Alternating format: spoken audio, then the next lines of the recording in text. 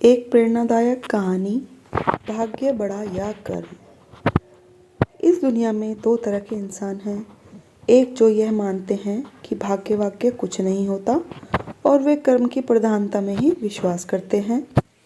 दूसरे वो लोग होते हैं जो भाग्यवादी हैं, यानी उनका किस्मत कनेक्शन में पूरा विश्वास होता है। उनका दृढ़ विश्वास होता है कि जो भाग्य या किस्मत में लिखा है वो होके ही रहेगा। मतलब इंसान कर्म और भाग्य की दो धुरियों में घूमता रहता है और अंततः दुनिया से अलविदा हो जाता है। आज का युवा भी यही सोचता है कि बिना कुछ किए ही उसे वह सब कुछ मिल जाए जो वह चाहता है। इस विषय पर अक्सर बहस होती रहती है कि आखिर कौन बड़ा है, भाग्य या कर्म।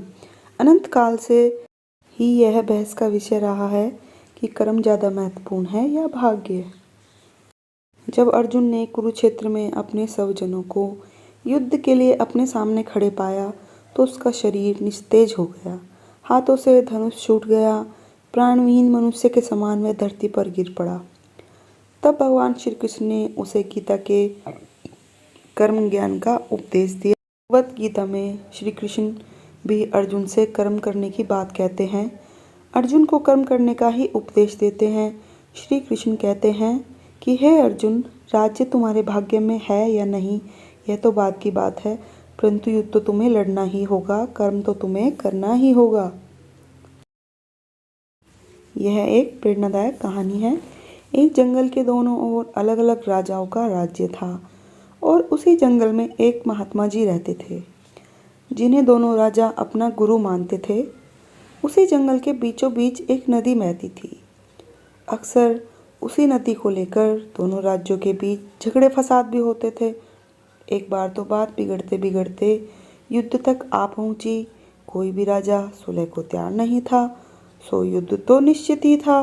दोनों राजाओं ने युद्ध से पहले महात्मा जी का आशीर्वाद लेने की सोची और पहुंच गए जंगल की उस कुटिया में जहां महात्मा जी रहते थे।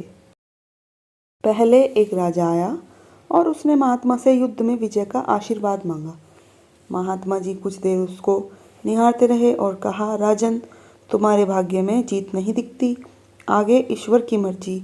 यह सुनकर पहला राजा थोड़ा विचलित तो हुआ, फिर उसने सोचा कि यदि हारना ही है तो पूरी ताकत से लड़ेंगे, परंतु यूं ही हार नहीं मानेंगे, और अगर हार भी गए तो हार को भी औरों के लिए उदाहरण बना देंगे, परंतु से आसानी से हार नहीं मानेंगे। यह निश्चय कर वह वहाँ से चला गया। दूसरा राजा भी जीत का आशीर्वाद लेने महात्मा के पास आया, उनके पैर छुए और विजयश्री का आशीर्वाद मांगा। महात्मा ने उसे भी कुछ देर निहारा और कहा कि बेटा, भाग्य तो तुम्हारे साथ ही है। यह सुनकर राजा तो खुशी से भर गया और वापस जाकर निश्चित हो गया कि जैसे उसने युद्ध तो जीत ही लिया है। अंततः युद्ध का दिन आया। दोनों सेना एक दूसरे के आमने सामने थी और युद्ध का बिगुल बज गया। युद्ध प्रारंभ हो चुका था। एक तरफ की सेना यह सोचकर लड़ रही थी कि चाहे किस्मत में हार हो पर हम हार नहीं मानेंगे, हम अपना सर्वश्रेष्ठ कोशिश करेंगे, अपना सर्वस्व झोंक देंगे। और वहीं दूसरी तरफ की सेना एक निश्चित मानसिकता के साथ लड़ रही थी कि जितना तो हमें है ही, तो घबराना क्यों।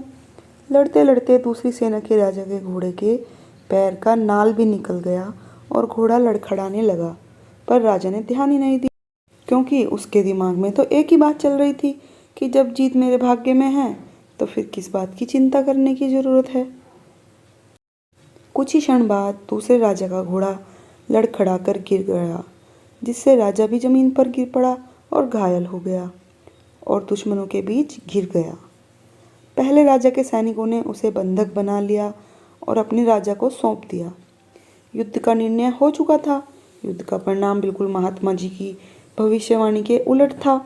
निर्णय के बाद महात्मा जी भी वहां पहुंच गए।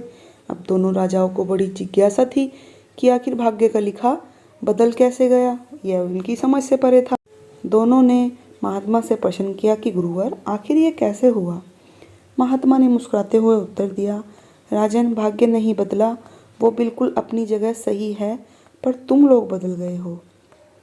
उन्होंने विजेता राजा की ओर इशारा करते हुए कि अब आप देख ही रहे हो राजन, आपने संभावित हार के बारे में सुनकर दिन रात एक कर दिया। सब कुछ भूलकर आप जबरदस्त तैयारी में जुट गए, यह सोचकर कि परिणाम चाहे जो भी हो, हार नहीं मानूंगा। खुद हर बात का ख्याल रखा, खुद ही हर रणनीति बनाई, जबकि पहले आपकी योजना सेनापति के भरोसे युद्ध लड़ने की थी। अब महात्मा ने पराजित राजा की ओर इशारा करते हुए कहा कि राजन, आपने तो युद्ध से पहले ही जीत का जश्न मनाना शुरू कर दिया था। आपने तो अपने घोड़े की नाल तक का ख्याल नहीं रखा, फिर आप इतनी बड़ी सेना को कैसे संभालते और कुशल नेतृत्व देते। और हुआ वही जो होना लिखा था। भाग्य नहीं बदला, पर जिनके भाग्य में जो लिखा था उन्होंने ही अपना व्यक्तित्व बदल लिया, फिर बेचारा भाग्य ही क्या करेगा। दोस्तों, हमें इस कहानी से यह सीख मिलती है कि भाग्य उस लोहे की तरह वहीं खींचा चला जाता है जहां कर्म का चुंबक हो। हम भाग्य के अधीन नहीं हैं, हम तो स्वयं भाग्य के निर्माता हैं।